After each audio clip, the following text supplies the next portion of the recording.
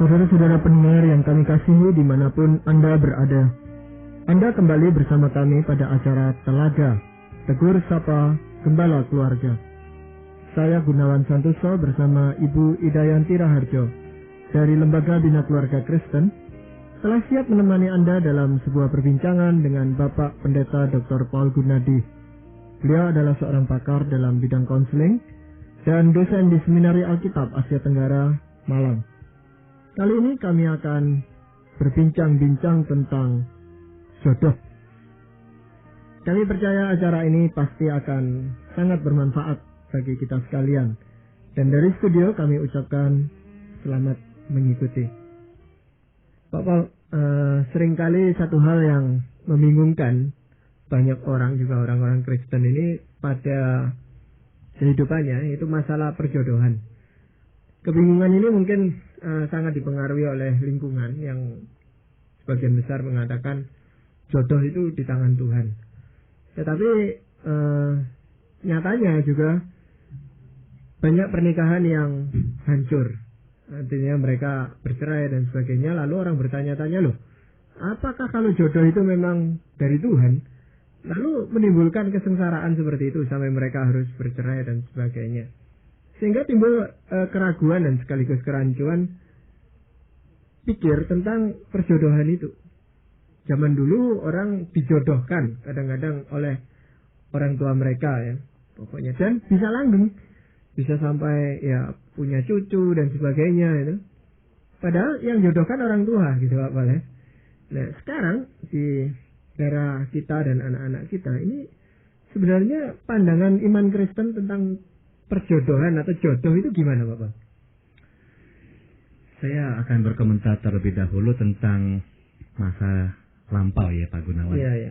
Tadi Pak Gunawan singgung bahwa di masa lampau orang itu dijodohkan dan pernikahan mereka langgeng sampai akhirnya. Iya. Ada beberapa faktor ya yang membuat pernikahan mereka langgeng dibandingkan dengan pernikahan pada zaman sekarang ini. Yang pertama adalah faktor tekanan sosial. Jadi pada masa dulu itu, lingkup di mana kita tinggal, orang-orang di sekitar kita mempunyai pengaruh yang kuat terhadap tindakan kita. Jadi, kalau lingkup kita itu tidak menyetujui yang kita lakukan, kita lebih tertekan untuk tidak melakukannya. Karena apa? Karena pada umumnya, pada masa lampau, kita masih hidup dalam sistem komunal atau sistem di mana kita ini cukup terkait dengan orang lain. Sekarang kita ini lebih individual. Orang tidak lagi terlalu mengenal siapa yang tinggal di sebelah mereka. Akibatnya kita juga tidak terlalu tunduk pada sorotan masyarakat seperti dulu kala. Itu sebabnya perceraian lebih mudah muncul pada zaman sekarang ini. Karena apa? Karena tidak lagi manusia ini diikat oleh norma-norma sosial seperti pada masa lampau. Yang kedua, kenapa pada zaman dulu pernikahan itu relatif lebih langgeng dibandingkan sekarang? Karena hidup itu juga, atau kehidupan itu juga lebih simpel. Sekarang hidup jauh lebih kompleks dibandingkan dahulu. Jadi saya kira dua hal ini yang membedakan kenapa pernikahan dulu itu lebih langgeng dibandingkan dengan sekarang. Nah, kembali kepada tadi yang Pak Gunawan tanyakan, apa artinya perjodohan itu di tangan Tuhan? Kalau setelah menikah terus mengalami percekcokan dan akhirnya kita itu ada yang bercerai, bahkan di kalangan orang-orang Kristen sendiri. Saya pun mempunyai pengalaman pribadi Pak Gunawan dan Ibu Ida tentang hal ini. Waktu saya mulai bertengkar dengan istri saya pada awal pernikahan kami, saya suka bertanya-tanya, apa yang salah? Saya yang salah menginterpretasi kehendak Tuhan kah? Atau saya ini melawan kehendak Tuhan? Atau saya salah pilih? Atau apa ini? Nah, ini memang saya kira pertanyaan-pertanyaan yang baik ya. Pada dasarnya kita harus kembali kepada konsep apa itu yang dimaksud dengan perjodohan di tangan Tuhan. Pertama adalah kita harus menyadari bahwa Alkitab tidak memberikan kita kriteria yang spesifik tentang jodoh kita. Bahkan kalau kita mau melihat dengan saksama, Alkitab tidak secara langsung menceritakan kisah di mana Tuhan menentukan jodoh orang. Yang kita tahu dengan pasti ya, di mana Tuhan campur tangan dan menentukan jodoh untuk seseorang adalah dalam kisah Ishak. Ya itu. Itu saja. Eliezer, bawahan dari Abraham, ayah Ishak, pergi untuk mencarikan jodoh buat anak majikannya, Ishak itu. Dan dia meminta tanda dari Tuhan, dan Tuhan menjawab sesuai dengan tanda yang dia minta. Dan datanglah Ribka, akhirnya Ishak menikah dengan Ribka. Nah, dalam cerita Alkitab, hanya satu saja di mana Tuhan turut campur tangan secara langsung dalam menentukan jodoh. Yang lainnya tidak. Seolah-olah memang Tuhan memberikan kebebasan kepada anak manusia untuk memilih jodohnya. Jadi yang saya akan gunakan adalah prinsip-prinsip ya, atau kriteria yang Tuhan sudah tentukan buat kita. Yang pertama adalah, kita ambil di 2 Korintus pasal 6, ayat 14. Janganlah kamu merupakan pasangan yang tidak seimbang dengan orang-orang yang tak percaya. Sebab persamaan apakah terdapat antara kebenaran dan kedurhakaan? Atau bagaimanakah terang dapat bersatu dengan gelap? Jadi, Tuhan memang menghendaki agar kita menjalin hubungan yang akrab, membentuk pasangan yang kuat dengan yang seiman. Sebab bagaimanakah mungkin kita dipersatukan dengan yang tidak seiman? Nah, juga saya bisa bacakan misalnya di 2 Korintus pasal 5 ayat 17. Jadi siapa yang ada di dalam Kristus, ia adalah ciptaan baru. Yang lama sudah berlalu, sesungguhnya yang baru sudah datang. Nah, dari ayat ini kita bisa simpulkan sebagai orang Kristen, kita adalah ciptaan yang baru. Dan tidak masuk akal yang baru itu disandingkan dengan ciptaan yang lama. Tidak bisa itu. Jadi, ciptaan yang baru di dalam Tuhan seharusnya lah bersatu dengan ciptaan yang baru juga di dalam Tuhan. Jadi ayat-ayat ini saya kira cukup kuat ya, apalagi ditambah dengan misalnya 1 Korintus pasal 7 ayat 39. Istri terikat selama suaminya hidup. Kalau suaminya telah meninggal, ia bebas untuk kawin dengan siapa saja yang dikehendakinya, asal orang itu adalah seorang yang percaya. Nah, ini saya lagi ditekankan bahwa kita menikah dengan yang percaya pada Tuhan Yesus. Jadi prinsip pertama adalah Tuhan menghendaki kita menikah dengan sesama orang percaya. Prinsip kedua adalah yang saya juga petik dari 1 Korintus pasal 7 ayat 39 tadi itu. Kita ini diberikan kebebasan menikah dengan siapa saja yang kita kehendaki. Selain dari orang percaya ya, maksudnya orang percaya itu. Artinya sesuai dengan selera kita. Jadi kita nggak harus menikah dengan tipe tertentu. Tidak, kita ini masing-masing mempunyai keunikan dan selera yang juga unik dan berbeda. Jadi silakan kita mau yang pendek ya silakan, yang tinggi ya silakan, yang kurus ya silakan, yang gemuk ya silakan. Nggak harus seragam. Nah, Tuhan memberikan dua prinsip itu. Kemudian prinsip yang ketiga yang kita juga tahu adalah diambil dari Kejadian pasal 2, yaitu Tuhan meminta kita atau Tuhan menciptakan Hawa sebagai penolong yang sepadan untuk kita. Jadi, pilihlah istri atau suami yang juga sepadan dengan kita, yang cocok, itu artinya, yang pas. Nah, ini menyangkut sebetulnya kecocokan sifat dan karakteristik ya. Jadi, Alkitab sebetulnya hanya memberikan kita 3 garis besar, 3 pedoman dalam mencari jodoh. Dalam prosesnya, kita terus-menerus meminta pimpinan Tuhan. Sebab dikatakan di kitab Yakobus juga, siapa yang tidak punya hikmat, mintalah hikmat kepada Tuhan. Jadi dalam masa berpacaran kita perlu meminta hikmat Tuhan agar bisa melihat jelas. Itu yang saya sering tekankan. Melihat jelas apakah orang ini cocok atau tidak dengan kita.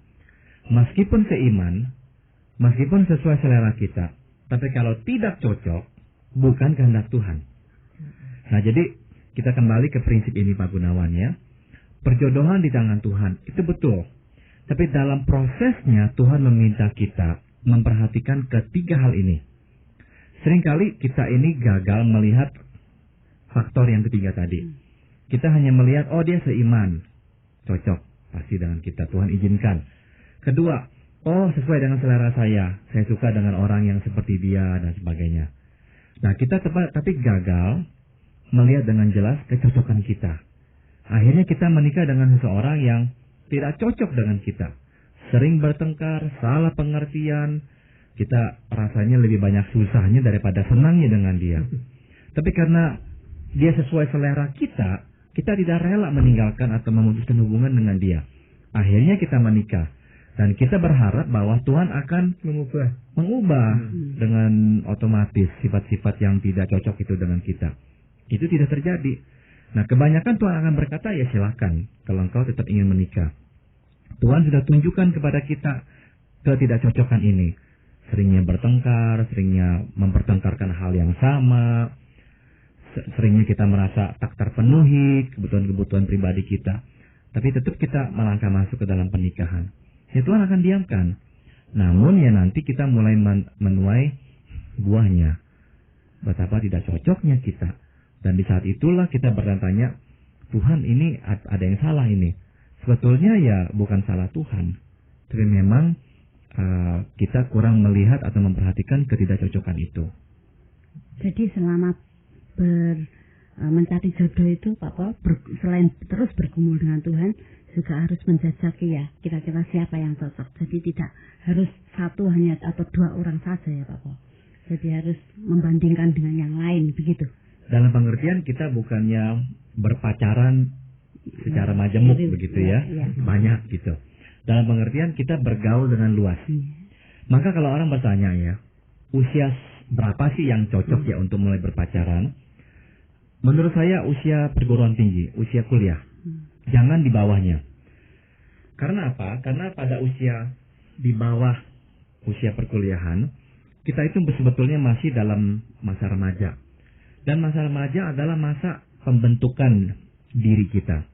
Kita masih mencari-cari jati diri. Dan di saat itulah kita juga bergaul dengan luas. Sehingga kita mengenal orang juga dengan luas. Setelah kita mengenal dengan luas, barulah akhirnya kita siap untuk memulai hubungan yang lebih eksklusif. Yaitu berdua. Jadi kita waktu memasuki hubungan yang eksklusif itu, kita merasakan juga siap. Karena kita cukup mengenal orang-orang lain. Saya merasa kasihan kalau ada seorang pemuda atau pemudi yang mulai berpacaran sejak usia misalnya 15 tahun. Secara praktis dia tidak mengenal orang lain secara dekat ya. Terus pacaran sampai umur 25, 26, 10 tahun lebih. Terus menikah. Saya takut kalau nanti setelah dia menikah baru dia akhirnya menyadari saya baru tahu ada orang lain selain dia yang lebih cocok. Tapi sudah terlambat betul. Iya. Itu ada masa yang sangat kritis di dalam menentukan jodoh itu Pak Paul ya. Banyak orang yang meminta tanda dari Tuhan. Misalnya saja ya kalau orang tuanya menghendaki itu dianggap sebagai pertanda bahwa itu memang kehendak Tuhan. Atau misalnya bahkan ada ya pokoknya dia dapat kerjaan, tadinya tidak bekerja masih baru lepas kuliah. Pokoknya saya dapat kerjaan ya berarti ini jodoh saya sudah tiba gitu. Itu pemikiran seperti itu gimana Pak menurut Pak Paul? Saya pernah mendengarkan khotbah mantan rektor sekolah saya ya, mantan rektor seminaris saya, Haddon Robinson. Nah dia bercerita tentang atau dia sedang membahas tentang mencari kehendak Tuhan. Ada bahayanya kalau kita ini terlalu apa-apa sedikit-sedikit meminta kehendak Tuhan. Nah terus dia berikan contoh, dia bilang, saya baru berbicara dengan seorang mahasiswi. Mahasiswi ini berkata, saya sedang mencari kehendak Tuhan, boleh tidak main ski? Nah, saya sudah menetapkan tandanya. Kalau orang tua saya mengirimkan uang, berarti itu tanda saya main ski. Kalau tidak dikirimkan uang, saya tidak main ski. Nah terus dosen saya berkata, engkau keliru meminta tanda. Kalau engkau meminta tanda dari Tuhan, mintalah tanda yang mustahil dilakukan manusia. Dan hanya Tuhan yang bisa lakukan. Jadi dia bilang, Jangan berharap bahwa orang tuamu mengirimkan uang, kamu harus beri tanda. Kalau besok Presiden Amerika Serikat mengirimkan saya uang Menski, itu tanda dari Tuhan. Dia bilang soal dengan tanda seperti itu, kita tidak mungkin salah menilai ini dari Tuhan atau kebetulan.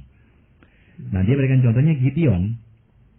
Bagaimana tanda yang Gideon minta adalah tanda yang berlawanan dengan hukum alam. Dan kita juga tahu Raja Hosea waktu dia ingin meninggal dunia, terus Tuhan menambahkan usianya, bayangan berjalan mundur.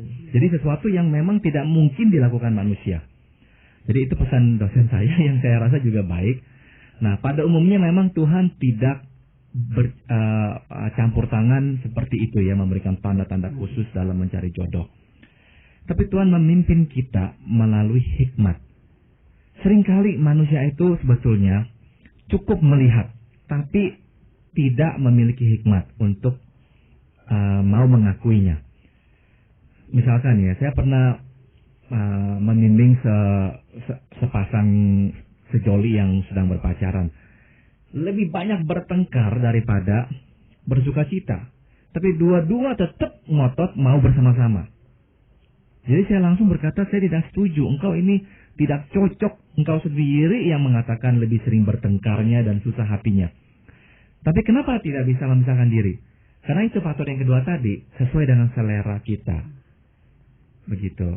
Jadi, ya kembali lagi, kita memang perlu sekali minta pimpinan Tuhan yang lebih bersifat hikmat. Bukannya minta tanda-tanda seperti itu. Kalau meminta tanda, ya saya anjurkan mintalah tanda yang mustahil dilakukan manusia atau terjadi secara kebetulan. Dan hikmat itu pasti sesuai dengan firman Tuhan ya Pak Po? Iya, Tuhan akan beritahu kita. Misalkan ya, kok makin begini, makin jauh dari Tuhan, kita ini makin tidak semangat pelayanan di gereja. Nah, itu adalah gejala-gejala, tanda-tanda yang Tuhan sedang kirimkan kepada kita. Soalnya ada kasus Pak Po ya. Ada seorang bergumul, dia itu harus pergi ya. Karena dia ditawari suatu pekerjaan. Dia minta tanda dari Tuhan dan memang secara ajaib dia diberikan. Misalnya kemudahan-kemudahan ya dan fasilitas yang rasanya mustahil. Tapi ini bertentangan bahwa dia meninggalkan tanggung jawab keluarga begitu. Ini tanda benar ya Pak Po? Betul. Itu jadi adalah salah satu contoh di mana kita bergantung pada dalam tanda kutip tanda yang sebetulnya belum tentu tanda. Jadi hikmat selalu ya mendahului hal-hal yang supernatural seperti itu. Kecuali supernaturalnya yang spektakuler, yang luar biasa.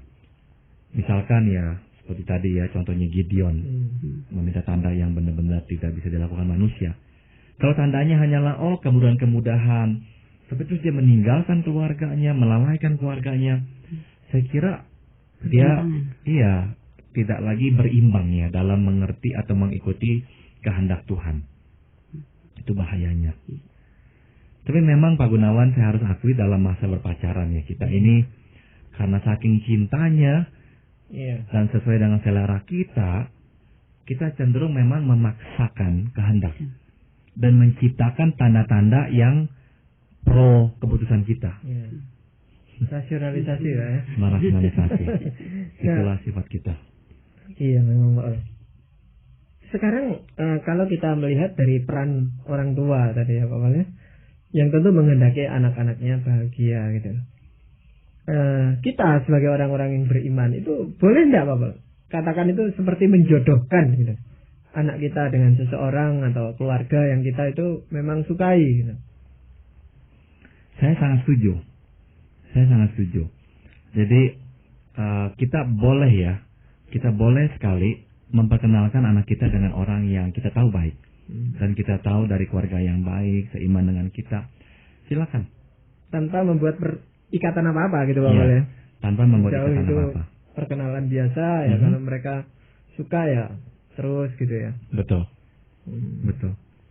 Karena tidak bisa tidak Pak Gunawan, kita ini yang sudah mulai berumur akan mengakui bahwa latar belakang keluarga berpengaruh pada si anak.